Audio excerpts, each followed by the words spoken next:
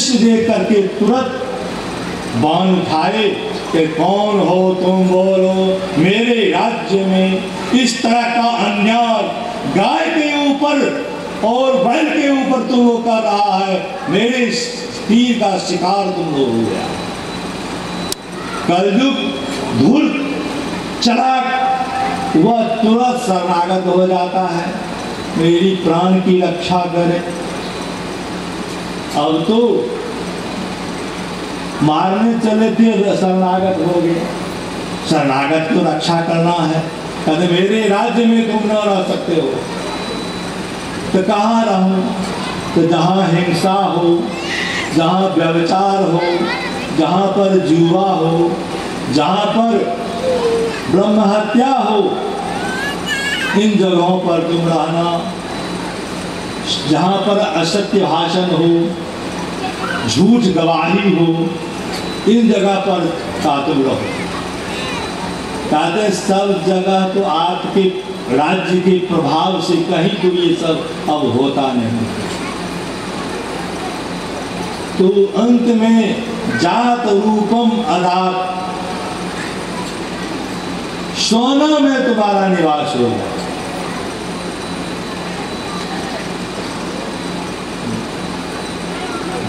परीक्षित जी महाराज जंगल से लौट आए और फिर कुछ दिन के बाद चलते हैं और जंगल में शिकार खेलने के लिए उन्हें बड़ी प्यास लगी। प्यास को बुताने के लिए आश्रम ढूंढने लगे। शमीक मुनि के आश्रम पर पहुंचा वह राजा, प्यास तो लगी हुई थी, छटपटाहट थी पानी पीने के लिए। देखिए मुनि जी हैं, मुनि के आश्रम में तो पानी होगा ही। हे मुनि जी मुझे पानी पिलाओ। मुनि जी तो ध्यान में थे। तो मैं राजा, आइए मुनि, हमारी बात को सुन करके अंठा दिया। ढोंगी महात्मा आइए। वहां पर एक सांप मरा हुआ वो धनुष के प्रत्यंजा पर उठाया और उस मुनि के गले में लपेट दिया। कुछ बच्चे लोग ऋषि कुमार सब थे, वो दौड़ करके उसके बच्चे को कहने के लिए, तेरे बाप के गर्दन में दादा सर्प लटका दिया, सर्प लटका दिया। ओ देखो ब्राह्मण का तीर। वो जल से आचमन 3 बार किया, हाथ में जल लिया, बाघ वज्रम विसर्ज हो, बाघ वज्र दे श्राप दे दिया। रे राजा, तुम मेरे पिता के गले में सर्प लटका दिया, वही तक्षक सर्प 7वां दिन तुम्हें दर्शन कर लेगा, तुम मर जाओ। वो रोता हुआ बालक वहां से आया, पिता के गले में लिपट गया। रोता हुआ बालक को देख करके कि क्यों रो रहे, ऐसी ऐसी बात। अपने गले से सर्प की माला जो थी उसको हटा दिया गया। क्यों रोते हो? ऐसी बात है, आपके गले में लगा दी, मैंने श्राप दे दिया। तुमने श्राप दे दिया, तुमने जुल्म किया। इस कलयुग में ऐसा राजा अब न होगा। प्रजा का पालन करने वाला, पुत्र के तरह पालन करने वाला हुआ था, धर्मनिष्ठ था। तुमने बहुत अपराध कर लिया। बच्चा तो बच्चा था, मैं तो दे दिया श्राप। कहते हैं चलो अब राजा को ये सूचना तो मिल जानी चाहिए। ऋषि कुमारों के साथ शमीक मुनि आए और कहते हैं राजन, राजधानी जब परीक्षित आते हैं तो मुकुट जो था वह उतारते हैं तो सारे दिव्य ज्ञान होने लग गया कि मैंने क्या किया अपराध, ऋषियों के गले में सर्प लटका दिया। जो मैं ब्राह्मणों की चरण की सेवा करता था, आज मुझसे यह अपराध हो गया, मुझे दंड मिलना चाहिए। वो मुकुट कौन था? आप लोग ध्यान दें, जरासंध का मुकुट था। जरासंध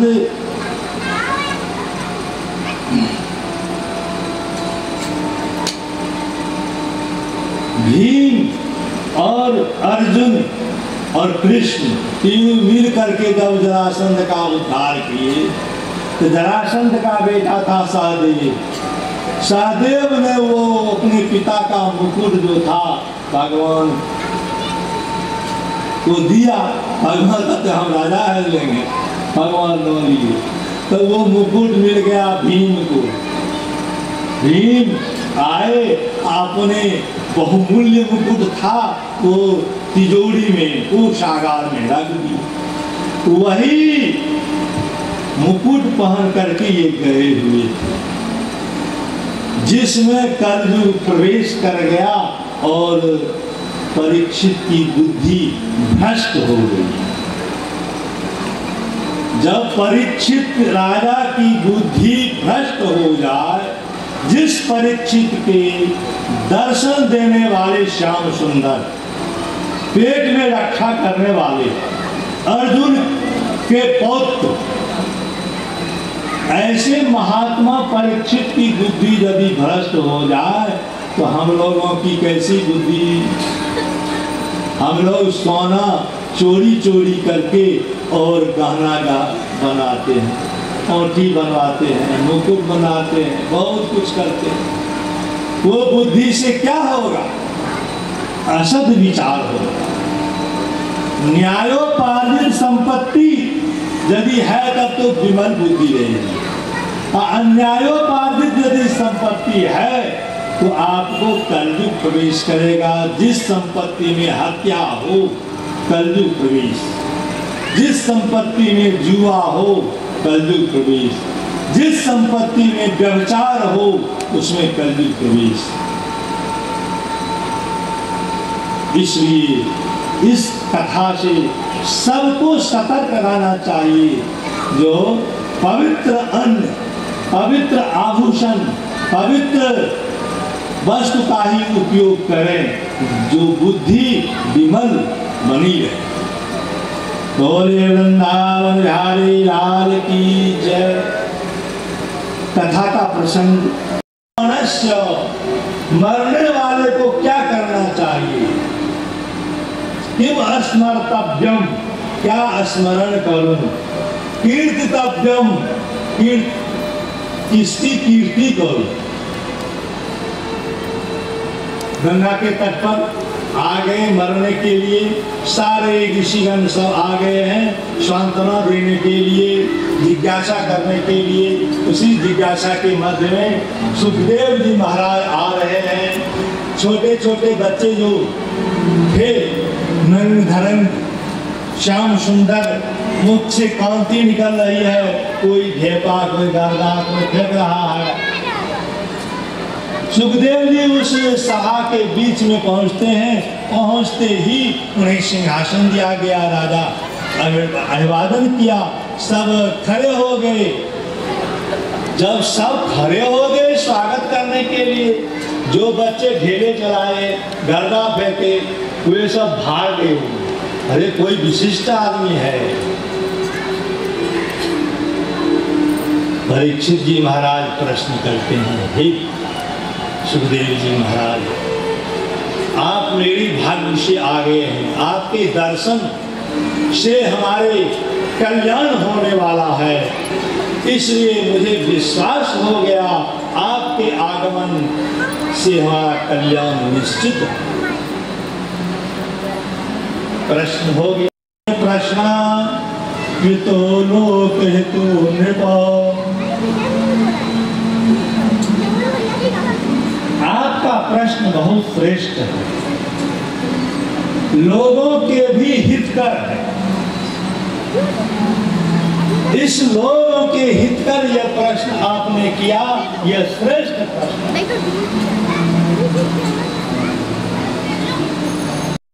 ब्रह्म की परिभाषा तरह तरह की तेरी गई है।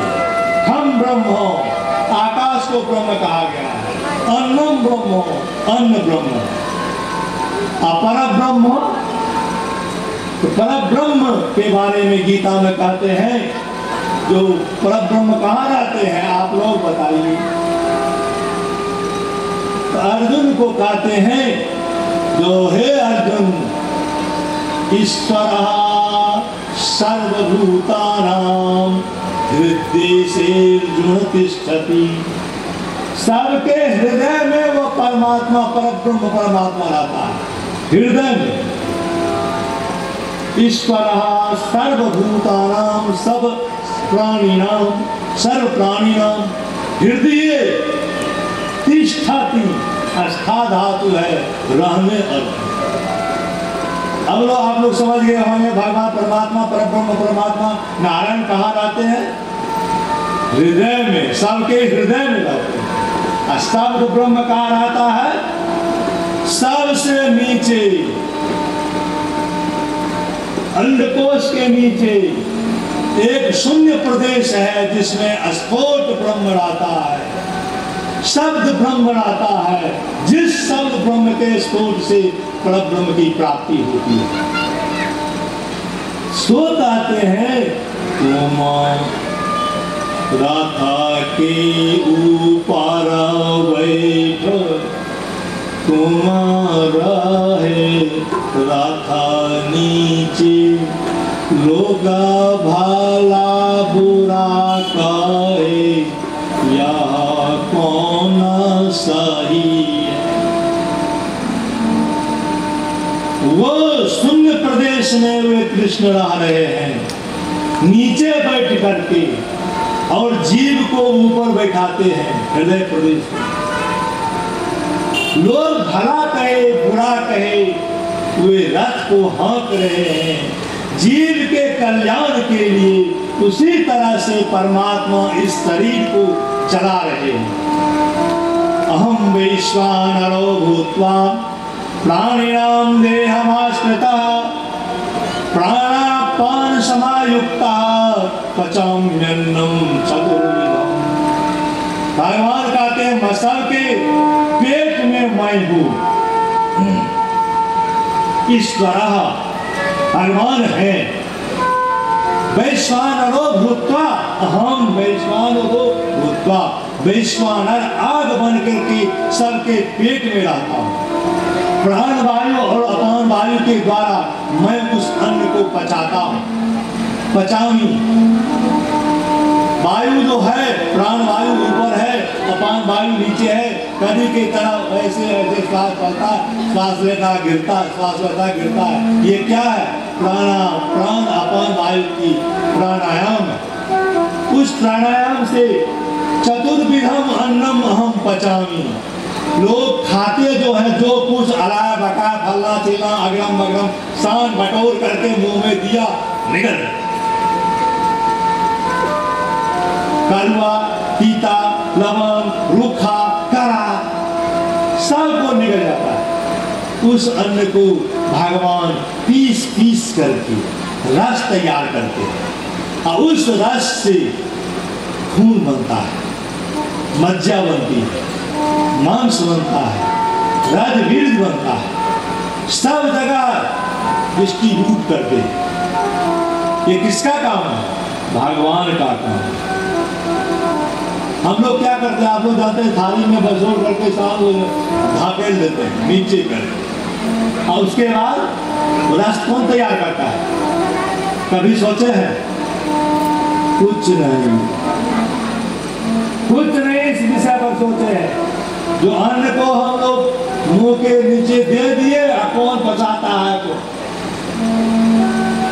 पचाने वाला कोई दूसरा है, जो पेट में आग के रूप में रह रहा है, शरीर में वायु के रूप में रह रहा है। 10 तरह के वायु है। उस वायु से खून संचारण होता है। ये ढकार जो होता है, ये भी वायु का काम है। पसीने जो निकलते हैं, ये भी वायु का काम है। ये कौन करता है? हाथी जो लेते हैं, ये माता राम को हाथी आ गई। लोग कहते हैं पंडित जी तो अपना बोल रहे हैं, हम लोग तो अपना काम कर रहे हैं, लेकिन बात नहीं है। मैं सबों को देखता हूँ, सबों को मैं देखता हूँ। कल जो मैंने कथा कही थी, उस कथा में एक महिला उसका विश्लेषण किया। गंडुला में थे और वो चावल मिला तो वो महिलाएं दूसरे को कह रही थी कि कोई दे दिया। अरे ताला लगा हुआ था, चाबी मेरे पास में, कौन दे दिया? देने वाला कोई था, दे दिया। उसी तरह से आप लोग जहाँ है बैठते हैं और आप लोगों की छाया मेरे ऊपर पड़ती है। आँख से आप हमें देखते हैं, उससे वो गुण आ जाता है। आप सबों की बात हम समझ जाते हैं। इसलिए आप लोगों में ये गुण है, देखते हैं आँख से देखने में स्वरूप जो है। आप टीवी देखते हो ना, रूप कहाँ है? कहाँ सिनेमा हो रहा है, कहाँ भागवत की कथा हो रही है और टीवी पर आ गया। कैसे आ गया? टीवी पर कैसे आ गया? विद्युत कण से आया। और विद्युत कण कहाँ है? इस आंख में है। इस आंख में कैसे आया? सूर्य से आया। सूर्य है, आंख है, सूर्य नो आंख नहीं। ये विद्युत कण इसमें है। आंख से हम सबको देखते हैं और देखने से उसकी छाया आती है और बहुत से महात्मा सब कह देते हैं, उसकी सारी बात कह देते हैं।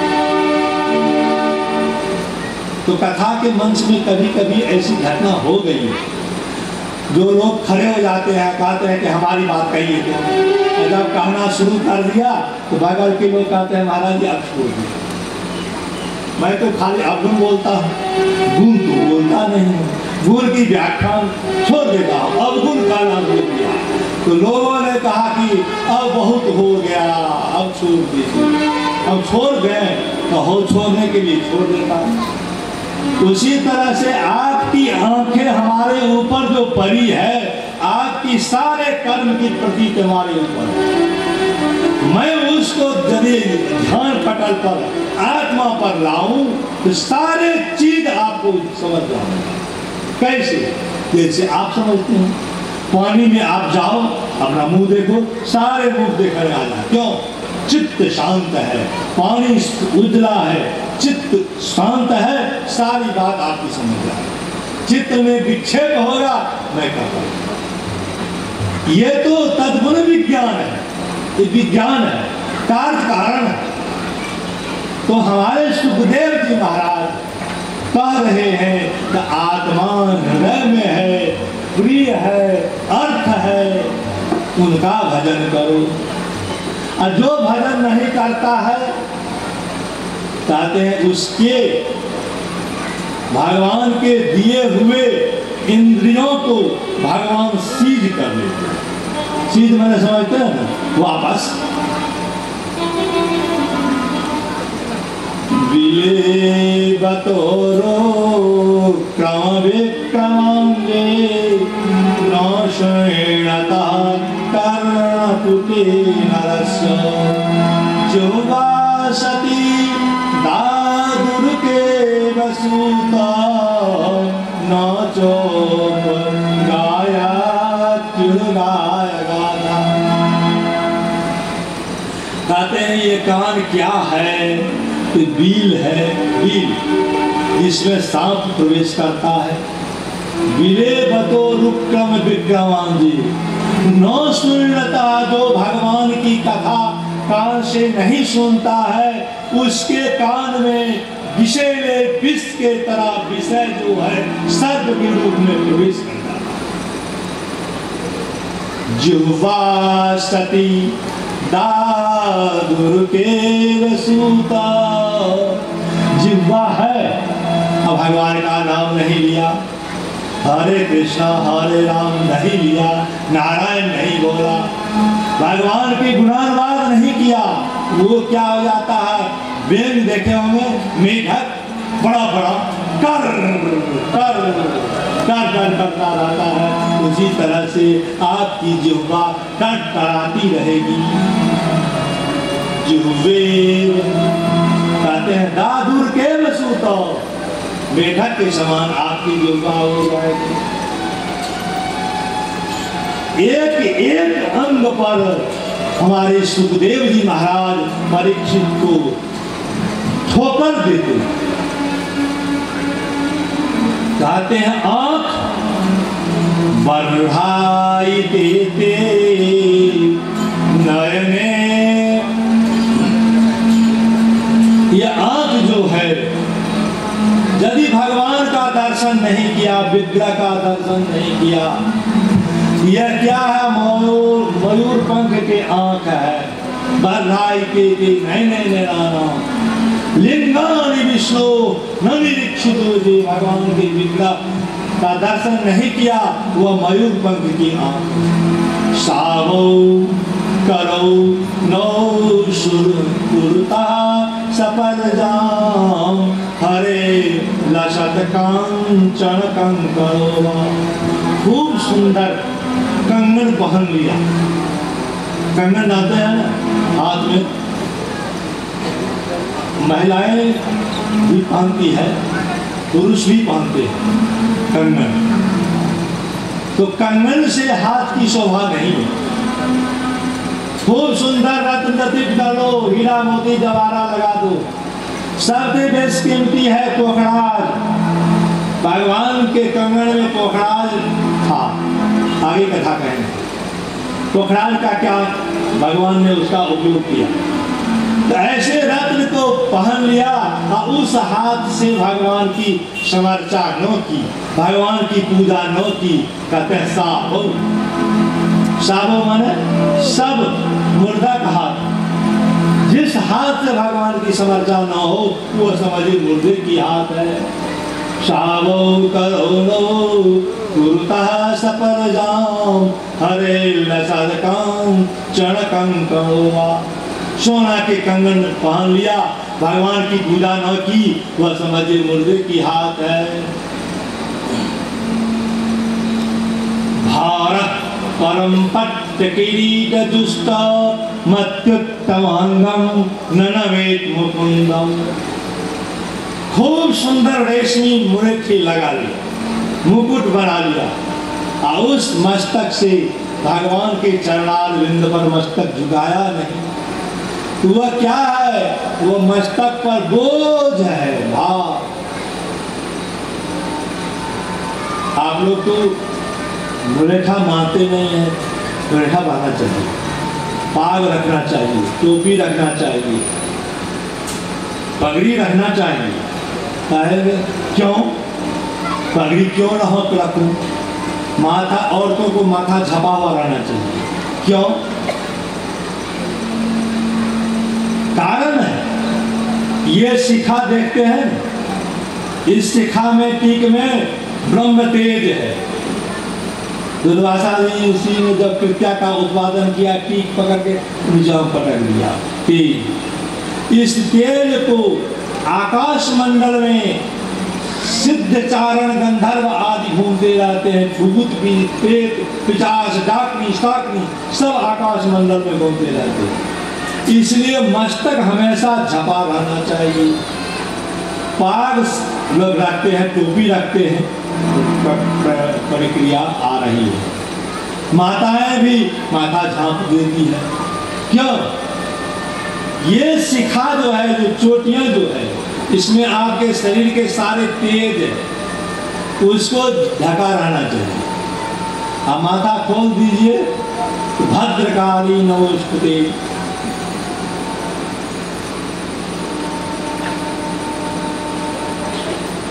इसलिए हमारे भारतवर्ष की परंपरा है, जब सिंदूर दान हो जाता है तो सिंदूर की रक्षा के लिए घोघट देते हैं, आवरण देते हैं। मस्तक पर आवरण होता है, इसकी रक्षा हो, सिंदूर की रक्षा हो। अब तो परिपाटी सब चली गई है दक्षिणात्य। दक्षिण में न सिंदूर करती है, हम करता कहते हैं, करती है। न सिंदूर करती है, न माथा पर का कपड़ा रखती है। सब दक्षिण देश की परंपरा को लोग रख रहे हैं। हम लोगों को नजर में आता है, जिसके मांग में सिंदूर है समझ जाते इसकी ब्याह हो गई है। जिसके मांग में सिंदूर नहीं है, कंगन नहीं है, कहते इसका विवाह नहीं हुआ, ये विधवा हो गई है। और इसके कंगन है, माथा में चंदन है, सिंदूर है, कहते ये कुमारी।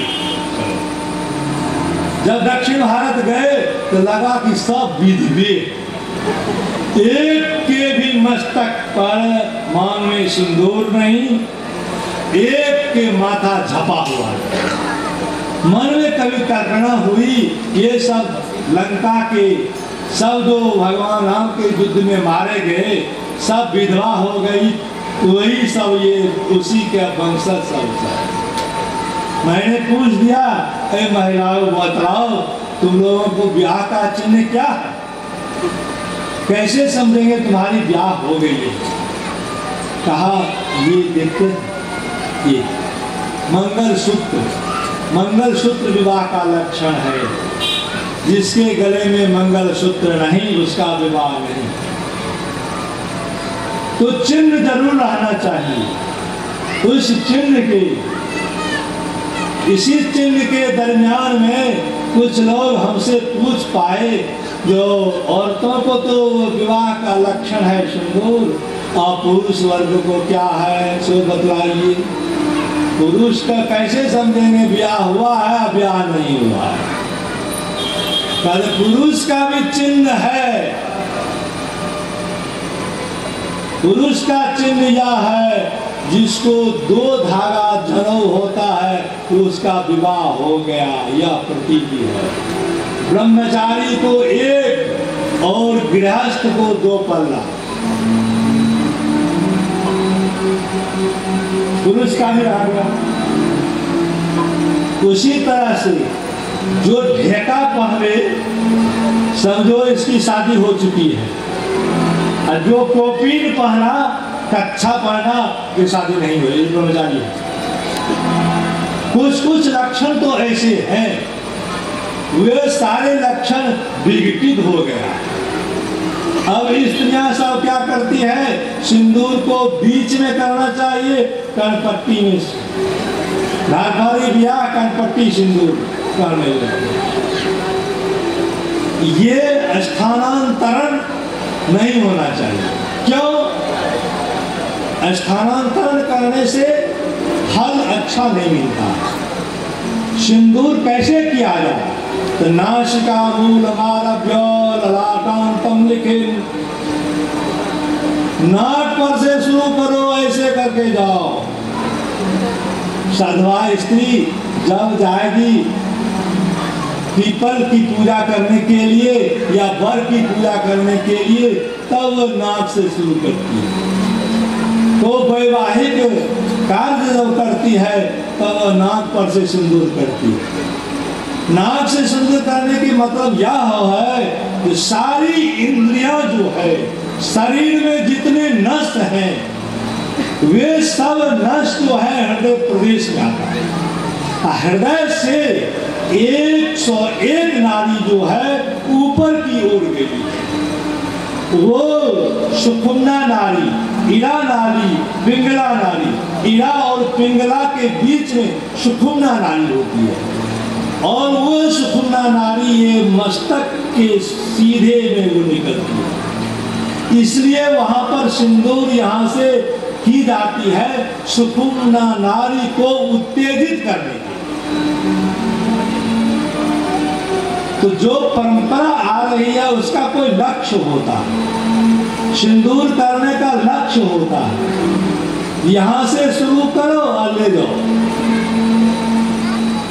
तो सुषुम्ना नाड़ी उत्तेजित कैसे होती है, तो कहते हैं वो उत्तेजित होती है ज्ञान से। ज्ञान कैसे बढ़ेगा, तो हल्दी के चूर्ण से। जहां पर जिसको बहरापन आ गया है, हल्दी का लेप करो, बहरापन दूर हो जाएगा। ये ज्ञान शक्ति हल्दी में। इसलिए यह परंपरा प्राचीन रूप से आके है।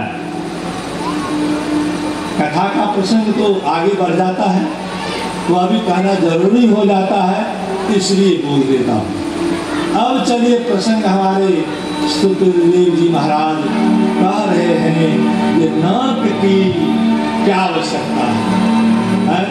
आंख का हो गया, कान का भी हो गया, जी का हो गया और नाक का। यदि नाक नहीं रहे तब क्या होगा? समस्या सबके सामने आ जाएगी। यदि नाक की गंध मात्रा खत्म हो जाए, सीध हो जाए, तो उसको गंदा, विष्ठा और इत्र का भान नहीं होगा। नाक है, अंधेरी रात में जा रहे हैं, रास्ते में पैखाना है, ओ गंदा है, गंदा है, नाक बोलने लग जाता है गंदा है, गंदा है। अब वो गंदापन में सीध हो जाए तो विष्ठा भी खाएगी तो उसको कोई गम। सुगंधित आम खाएगा, गुलाब खास खाएगा, मालदा खाएगा, दशहरी खाएगा, कोई गम नहीं होगा, नाके नहीं है। तो गंध की मात्रा नाक से होती है। कहते हैं नाक से क्या काम करोगे? घ्राणो हरे श्रीमत्तुलस्यारशनाम जदर्पिते। नाक से तुलसी का, तुलसी जो भगवान के चरण पर चढ़ी हुई है, उस तुलसी को ध्यान करो, तब नाक की शोभा है। बोले वृंदावन बिहारी लाल की जय। सुखदेव जी महाराज कहते हैं परीक्षित, अब यह प्रसंग आपको मैं पुनः दोहरा रहा हूं। ब्रह्मा सृष्टि हुई। सृष्टि कैसे होती है? ये ब्रह्मांड कैसे बनता है?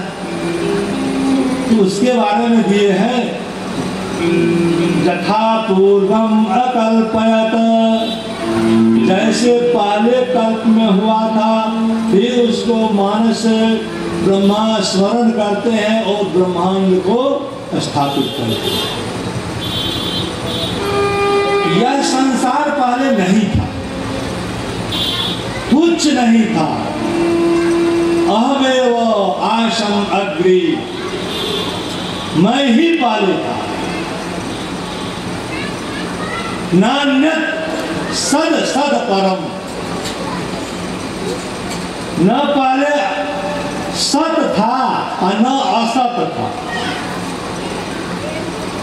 सत ब्रह्म, असत ब्रह्म, दो ब्रह्म है। सत ब्रह्म, सत ब्रह्म किसको कहते हैं? असत ब्रह्म। यह सारा संसार जो है, यह सारा संसार असत ब्रह्म है, जिसको कार्य ब्रह्म कहते हैं, कारण ब्रह्म। कार्य ब्रह्म जो है असत है, कारण ब्रह्म जो है वह सत है। सत असत परम। कार्य ब्रह्म क्या है? ये संसार जो है सो कार्य ब्रह्म है, ये असत ब्रह्म है, परिवर्तनशील है, इसलिए इसको असत कहते हैं। इस असत को, कार्य को, ये कार्य कैसे हुआ? तो बिना कारण से कार्य नहीं होता। बिना कार्य से कार्य, बिना कारण से कार्य नहीं होता है। आप लोग घड़ा देखे होंगे। घड़ा क्या है? कार्य किया हुआ। और घड़ा कैसे बना? तो मट्टी को गुथली करके कुम्हार के